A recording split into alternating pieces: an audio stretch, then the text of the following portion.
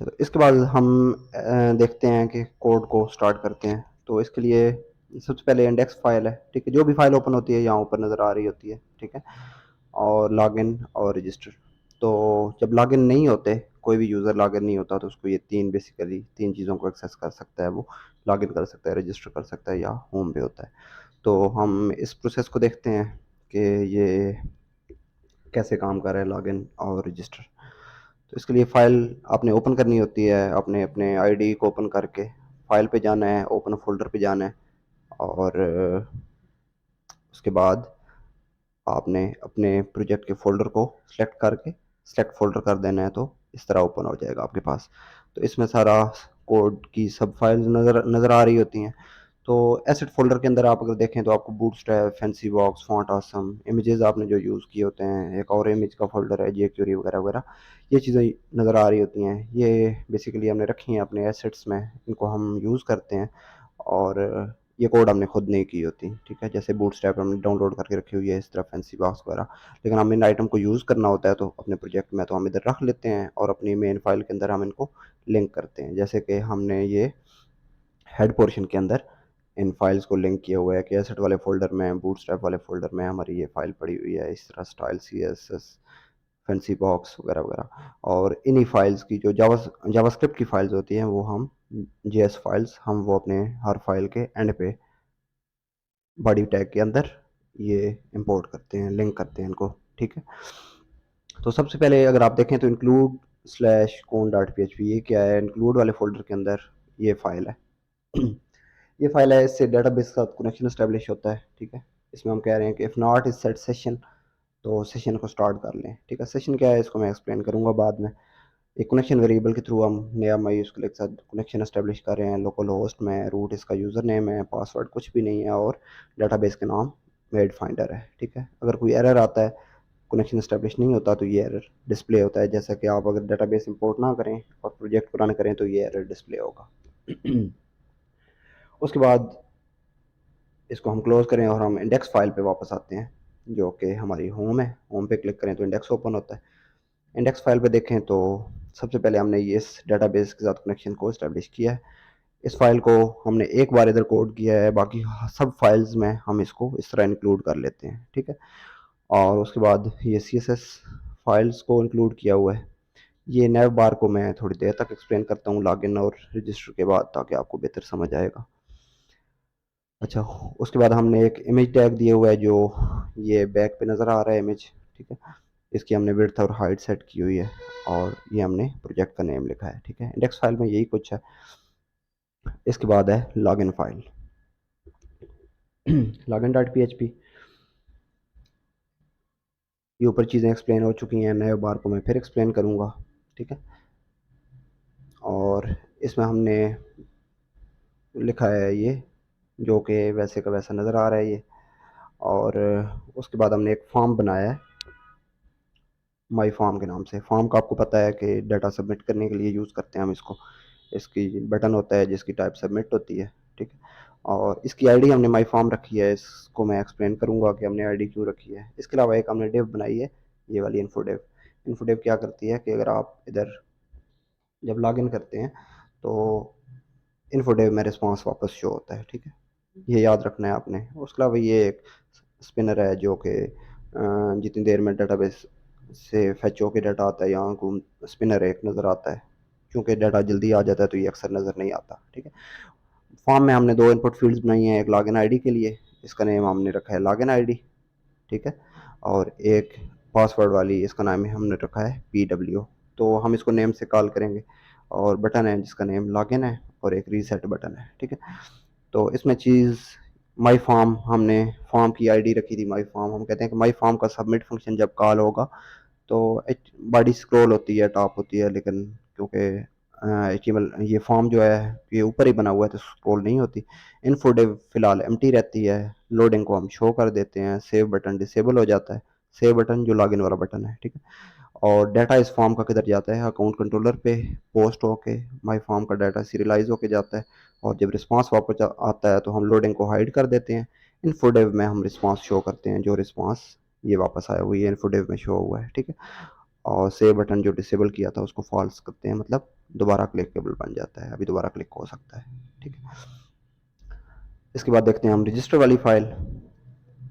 इसमें भी सेम चीज़ें हैं, वही इन्फो डिव है, लोडिंग डिव है, और फॉर्म की आईडी भी माई फॉर्म है। इधर हमने एक सेलेक्ट वाली इनपुट फील्ड बनाई है जिसमें हमने क्लाइंट या मेड को सिलेक्ट करते हैं।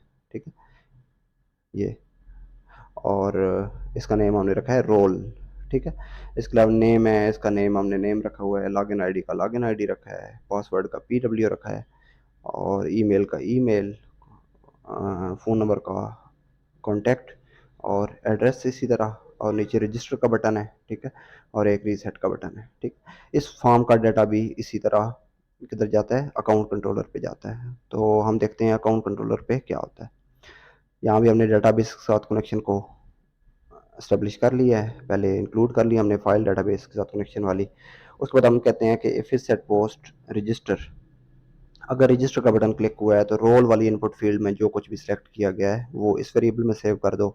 नेम वाली इनपुट फील्ड से इधर ले आओ, इसमें सेव कर दो। ये वेरिएबल है, स्टार्ट पे और एंड पे इनपुट फील्ड के नाम है। ठीक है, ये इनपुट फील्ड्स हैं, इनमें जो कुछ भी लिखा जाता है वो हमारे पास इन वेरिएबल्स में आ जाता है। ठीक है, हम कहते हैं अगर रोल क्लाइंट है तो यूज़र टाइप वेरिएबल को 1 कर दो, अदरवाइज इसको 2 कर दो।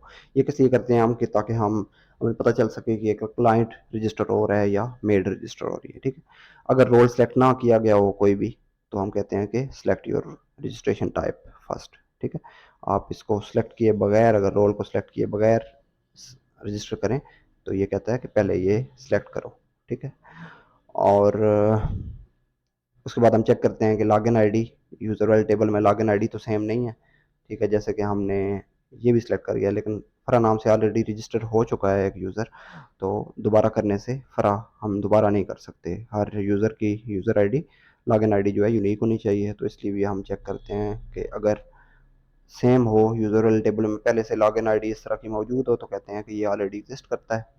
पासवर्ड को हम इनक्रिप्ट कर लेते हैं MD5 से, जैसे देखें पासवर्ड इधर इनक्रिप्टेड फॉर्म में शो हो रहे हैं। और इन सब चीज़ों के बाद हम अगर इफ़ रोल क्लाइंट हो तो इंसर्ट कर देते हैं यूज़र वाले टेबल में। कॉलम के नाम हमने दिए हुए हैं और आगे वैल्यूज़ हम दे देते हैं जो हमें इनपुट फील्ड से लेके हमने वेरिएबल में स्टोर की थी। ठीक है, और सक्सेस का मैसेज दे देते हैं या एरर का मैसेज दे देते हैं। और अदरवाइज़ अगर रोल मेड हो तो हम यूज़र वाले टेबल में भी इधर भी कर रहे हैं, और फ़र्क सिर्फ ये है कि इधर प्रोफाइल स्टेटस की जगह हम 1 शो करते हैं कि ये अप्रूव्ड है, जबकि मेड मेड जो भी रजिस्टर होती है उसका प्रोफाइल स्टेटस 0 होता है, वो अप्रूव नहीं होती। एडमिन उसको अप्रूव करता है, तब तब वो अप्रूव हो सकती है। ठीक है, उसके बाद जो लास्ट आईडी इंटर हुई होती है यूज़र टेबल में, हम वो मेड वाले टेबल में मेड आईडी बना देते हैं, और उधर एक नई रो ऐड हो जाती है मेड की। ठीक है, कि ये मेड रजिस्टर हुई है। ठीक है, उसके बाद ऑब्वियसली जब बाद में मेड की हमने सेव करनी होती हैं स्किल्स, तो वो इसी मेड टेबल में हम करते हैं। ठीक है, और हम मैसेज दे देते हैं रजिस्ट्रेशन सक्सेसफुल, और अगर ना हो तो हम एरर का मैसेज देते हैं। ठीक है, इसी तरह जब लॉगिन वाला बटन क्लिक होता है तो हम लॉगिन आईडी भी ले लेते हैं और पासवर्ड भी ले लेते हैं, पासवर्ड को इनक्रिप्ट कर लेते हैं, और यूज़र वाले टेबल में देखते हैं कि लॉगिन आईडी और पासवर्ड मैच कर रहे हैं। अगर मैच कर रहे हों तो पूरी रो ले लेते हैं उस यूज़र की। अगर अगर प्रोफाइल स्टेटस ज़ीरो हो, जैसा कि मेड रजिस्टर होती है तो उसका प्रोफाइल स्टेटस ज़ीरो होता है, तो हम कहते हैं कि वेट फॉर एडमिन अप्रूवल। और अगर उसकी 1 होती है तो फिर आगे चलते हैं, हम कहते हैं कि हम सेशन सेट कर रहे हैं। अभी सेशन को समझ लें कि नॉर्मल वेरिएबल जो होता है वो सिर्फ एक फ़ाइल पे ही एक्सेसिबल होता है। सेशन के थ्रू हम जो भी वेरिएबल डिक्लेयर करते हैं वो सब फाइल्स पे एक बार, जब तक हम उसको अनसेट ना करें, तो वो एक्सेसिबल रहते हैं। इसको लॉग आउट होते वक्त हम सेशन को अनसेट कर देते हैं।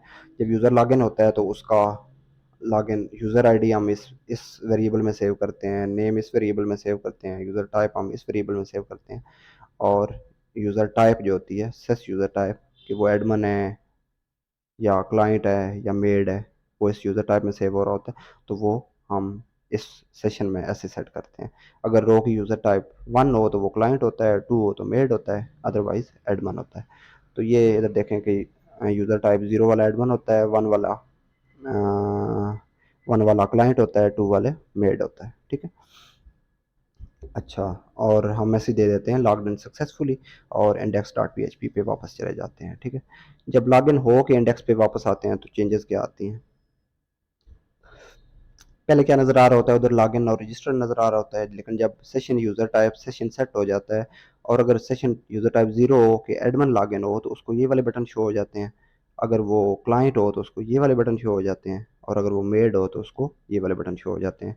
लॉग आउट, लॉगिन होने के बाद सब कुछ शो होता है।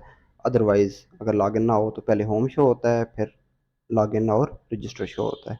इसी तरह अगर लॉगिन ना हो तो इधर वेलकम विजिटर आ रहा होता है, लेकिन अगर आप लॉगिन हो जाएं तो वेलकम के बाद जो रोल होता है वो आता है और उसके बाद नेम आता है, ठीक है।